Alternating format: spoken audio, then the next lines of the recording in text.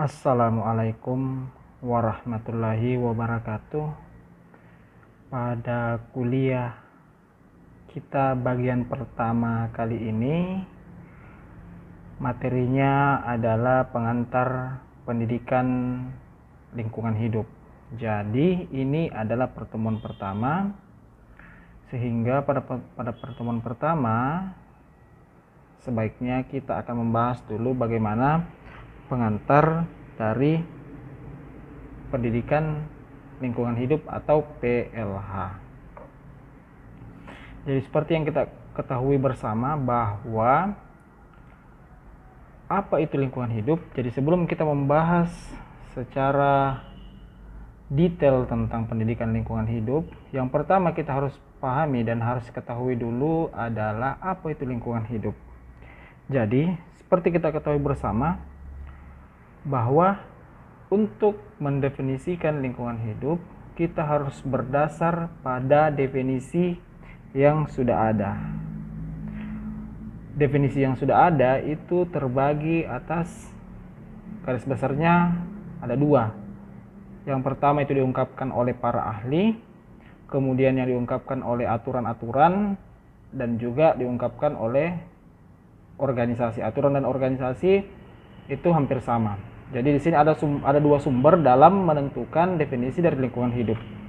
Jadi di sini kita bisa melihat yang pertama, definisi yang pertama itu menurut Emil Salim mengatakan bahwa lingkungan hidup itu adalah benda, kondisi, keadaan, dan pengaruh yang terdapat dalam ruang yang kita tempati dan mempengaruhi hal yang hidup, termasuk kehidupan manusia. Jadi menurut Emil Salim, lingkungan hidup itu terdiri atas benda. Benda di sini terdiri atas bisa benda mati, bisa benda hidup atau makhluk hidup. Kemudian kondisinya. Bagaimana kondisinya, bagaimana interaksinya, kemudian keadaan dari lingkungan tersebut, keadaan dari benda, baik itu benda mati maupun benda hidup. Kemudian ada pengaruh. Jadi di sini kalau kita berbicara tentang pengaruh atau mempengaruhi, artinya ada hubungan timbal balik yang terdapat dalam ruang yang kita tempati. Berarti kalau berbicara dalam ruang yang kita tempati, ini adalah biosfer. Biosfer adalah bumi yang kita tempati sekarang. Jadi ada hubungan timbal balik termasuk kehidupan manusia. Jadi di sini menurut Emil Salim ini sudah komplit. Di sini ada benda, baik itu benda mati maupun benda hidup, kemudian kondisi, kemudian keadaan, selanjutnya dalam ruang yaitu bumi, kemudian ada hubungan timbal balik termasuk di dalamnya itu adalah manusia. Jadi itu adalah definisi lingkungan menurut Emil Salim. Sedangkan definisi menurut ilmu lingkungan atau definisi lingkungan hidup menurut Munajat mengatakan bahwa semua benda, seperti Emil Salim tadi mengatakan juga benda di sini benda mati maupun benda hidup, dan daya di sini adalah upaya energi. Jadi ada benda, ada energi, serta kondisi. Tadi kondisi saya sudah jelaskan. Jadi semua benda dan daya serta kondisi termasuk di dalamnya manusia dan tingkah perbuatannya. Jadi di sini ada behavior dari manusia tersebut yang terdapat dalam ruang. Ruang di sini adalah bumi di mana manusia berada dan mempengaruhi kelangsungan hidupnya. Jadi secara umum apa yang diungkapkan oleh Emil Salim dengan apa yang diungkapkan oleh Munajat itu hampir sama. Karena di sini yang saya highlight di sini ada benda, ada daya, ada kondisi dalam ruang manusia mempengaruhi kelangsungan hidupnya. Di sini ada hubungan timbal balik. Jadi seperti itu. Jadi di sini kita sudah mengartikan lingkungan hidup dari dua pandangan ahli. Selanjutnya kita akan melihat bagaimana definisi lingkungan hidup menurut aturan. Aturannya adalah Undang-Undang 32 tahun 2009 tentang pengelolaan lingkungan hidup. Menyatakan bahwa lingkungan hidup itu adalah kesatuan ruang dengan semua benda, daya, keadaan, dan makhluk hidup, termasuk manusia dan perilakunya yang mempengaruhi alam itu sendiri.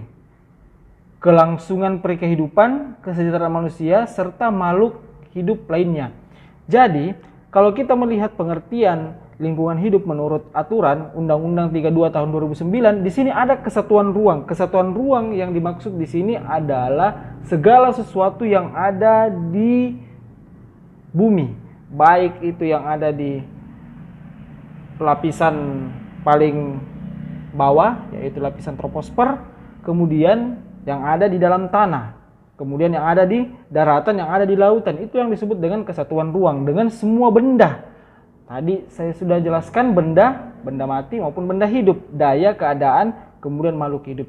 Jadi secara umum dari 3 definisi ini kita sudah bisa mengetahui bahwa lingkungan hidup itu adalah segala sesuatu, benda mati, benda hidup yang saling berinteraksi. Jadi di sini kita sudah bisa memahami titik atau memahami inti dari bagaimana lingkungan hidup itu. Selanjutnya kita masuk ke definisi menurut United Nations Environment Program atau UNPA. United Nations Environment Program mengatakan bahwa jadi dari sini kita bisa melihat bahwa lingkungan itu dari terkecil sampai terbesar. Kita lihat di sini ada physical environment. Physical environment itu ada lingkungan fisik. Lingkungan fisik terdiri atas batu, tanah, udara, kemudian air. Oke, jadi ini adalah yang terkecil. Kemudian naik ke tingkat selanjutnya ya adalah natural and physical environment. Natural and physical, seperti kita ketahui bahwa natural itu adalah kondisi alam. Kemudian digabungkan dengan physical environment. Kemudian naik satu strip lagi itu ada social, natural and physical. Social di sini adalah hubungan timbal balik antara manusia atau biasa disebut dengan sosialisasi. Kemudian masuk ke tingkah laku, naik ke strip lagi adalah tingkah laku. Tingkah laku sosial, natural and physical. Tingkah laku di sini manusia adalah bagaimana manusia dengan satu dan yang lain saling berkomunikasi, kemudian bagaimana tingkah lakunya, bagaimana cara berkomunikasi. Kemudian naik ke step yang terakhir adalah total environment. Total environment adalah semua aspek, mulai dari tingkah laku, mulai dari sosial, mulai dari natural, dan mulai dari fisik dari lingkungan tersebut. Nah, itulah disebut total environment. Atau biasa juga di sini kita bisa menyimpulkan bahwa we can define environment. Kita bisa menyimpulkan bahwa lingkungan adalah semua fisik, kimia, dan biological factors external to the human. Jadi di sini mengatakan bahwa lingkungan itu semua fisik, kimia, biologi terkait dengan makhluk hidup. Di dalamnya adalah manusia. Jadi seperti itu. Jadi seperti kurang lebih apa yang disampaikan tadi oleh ahli-ahli sebelumnya dengan apa yang disampaikan oleh aturan dari Undang-Undang 32 itu kurang lebih sebenarnya hampir sama dengan pengertian yang diungkapkan oleh United Nations Environment Program atau UNPF. Jadi dari sini kita bisa menyimpulkan bahwa lingkungan hidup adalah suatu sistem kompleks yang ada di sekitar manusia. Jadi kita highlight yang ada di sekitar manusia, benda hidup dan benda tak hidup. Benda hidup terdiri dari manusia, flora, fauna, hewan, dan tumbuhan. Kemudian benda tak hidup itu bisa air, batu, tanah, udara, dan lain-lain sebagainya. Kemudian di sini ada yang mempengaruhi, berarti ada hubungan timbal balik antara benda mati dan benda hidup. Jadi pengaruhnya di sini seperti kita lihat di sini yang mempengaruhi perkembangan kehidupan manusia baik secara langsung maupun tidak langsung. Jadi dapat disimpulkan bahwa lingkungan hidup adalah suatu sistem kompleks yang ada di sekitar manusia, benda mati dan tak hidup yang mempengaruhi ada hubungan timbal balik perkembangan kehidupan manusia baik secara langsung maupun tidak langsung. Jadi di sini posisi sekarang di sini kita sudah memahami apa itu lingkungan hidup, definisi inti dari lingkungan hidup. Kemudian selanjutnya kita masuk di apa itu pendidikan lingkungan hidup atau PLH. Jadi PLH atau pendidikan lingkungan hidup di sini merupakan upaya mengubah perilaku dan sikap yang dilakukan oleh berbagai pihak atau elemen masyarakat. Jadi tadi kita sudah memahami apa yang dimaksud dengan lingkungan hidup. Sekarang di sini apa yang dimaksud dengan pendidikan lingkungan hidup? Jadi pendidikan lingkungan hidup, saya akan highlight di sini, pendidikan lingkungan hidup merupakan upaya mengubah perilaku dan sikap. Jadi berbicara tentang pendidikan berarti berbicara tentang bagaimana cara kita membentuk perilaku dan sikap seseorang menjadi tahu, menjadi dari tidak tahu menjadi tahu, dari sesuatu yang tidak baik menjadi sesuatu yang baik. Nah, jadi berbicara tentang pendidikan berarti yang di highlight paling utama di sini adalah bagaimana mengubah perilaku dan sikap yang dilakukan oleh berbagai pihak atau elemen masyarakat.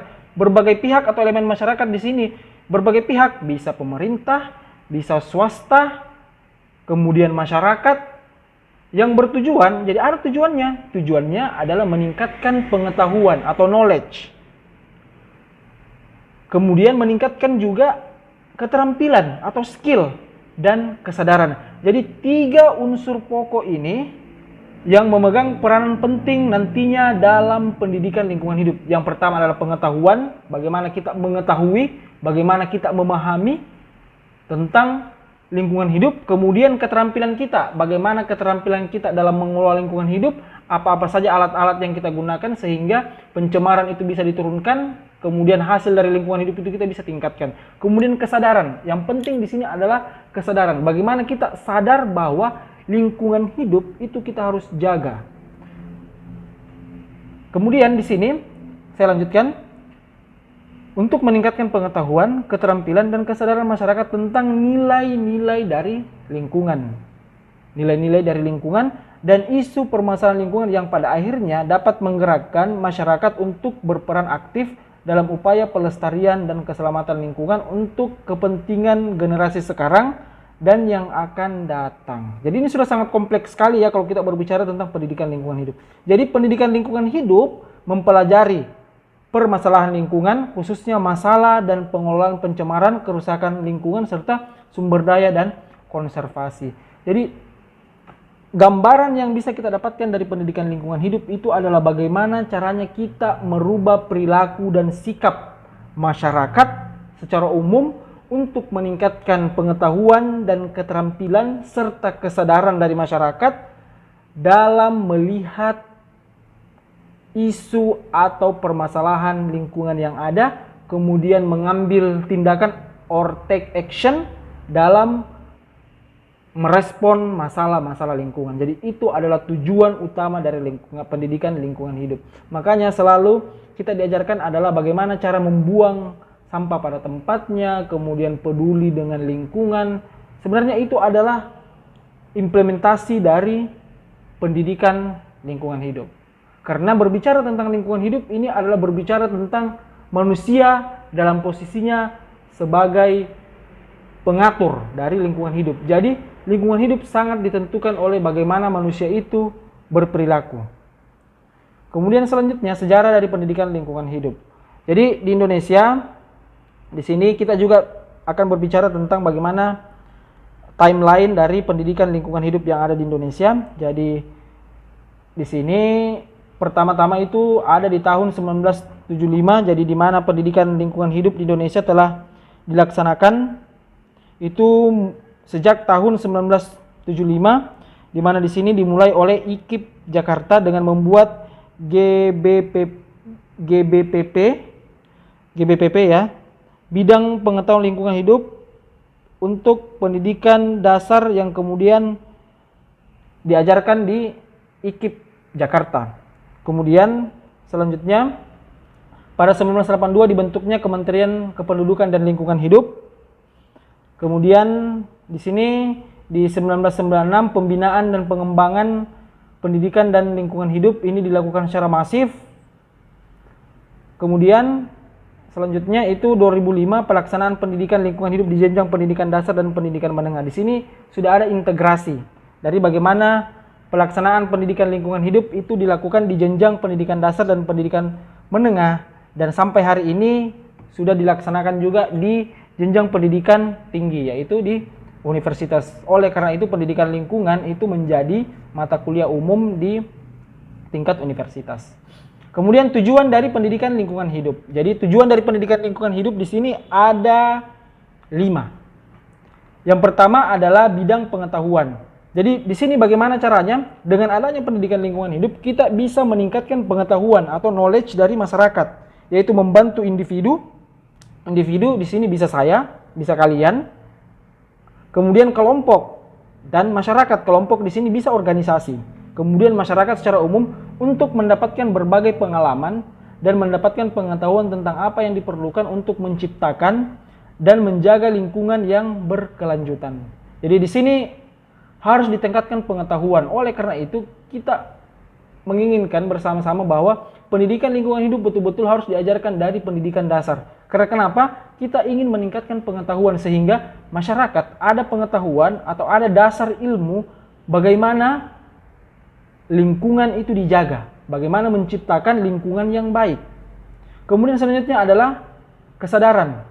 Di sini berbicara tentang kesadaran atau awareness, di sini membantu kelompok sosial dan individu untuk meningkatkan kesadaran dan kepekaan terhadap lingkungan secara keseluruhan beserta isu-isu yang menyertainya, pernyataan dan permasalahan yang berhubungan dengan lingkungan dan pembangunan. Kemudian bidang perilaku membantu individu, kelompok dan masyarakat untuk memperoleh serangkaian nilai perasaan peduli terhadap lingkungan dan motivasi untuk berpartisipasi aktif dalam perbaikan dan perlindungan lingkungan. Kemudian bidang keterampilan membantu individu atau kelompok atau masyarakat. Jadi di sini 3 selalu yang di highlight: individu, kelompok dan masyarakat untuk mendapatkan keterampilan untuk mengidentifikasi, mengantisipasi, mencegah dan memecahkan permasalahan lingkungan. Kemudian yang terakhir adalah partisipasi, memberikan kesempatan dan motivasi terhadap individu, kelompok, dan masyarakat untuk terlibat secara aktif dalam menciptakan lingkungan yang berkelanjutan.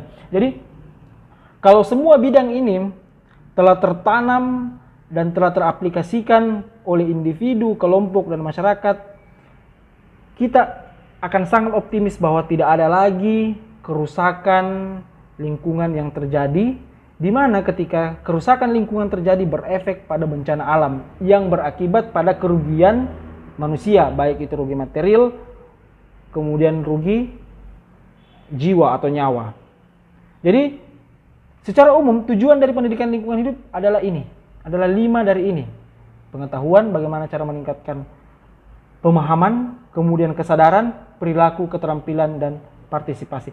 Ketika ini sudah terlaksana, yakin dan percaya seperti yang saya katakan tadi, kita harus optimis bahwa lingkungan hidup tidak akan mengalami kerusakan lagi.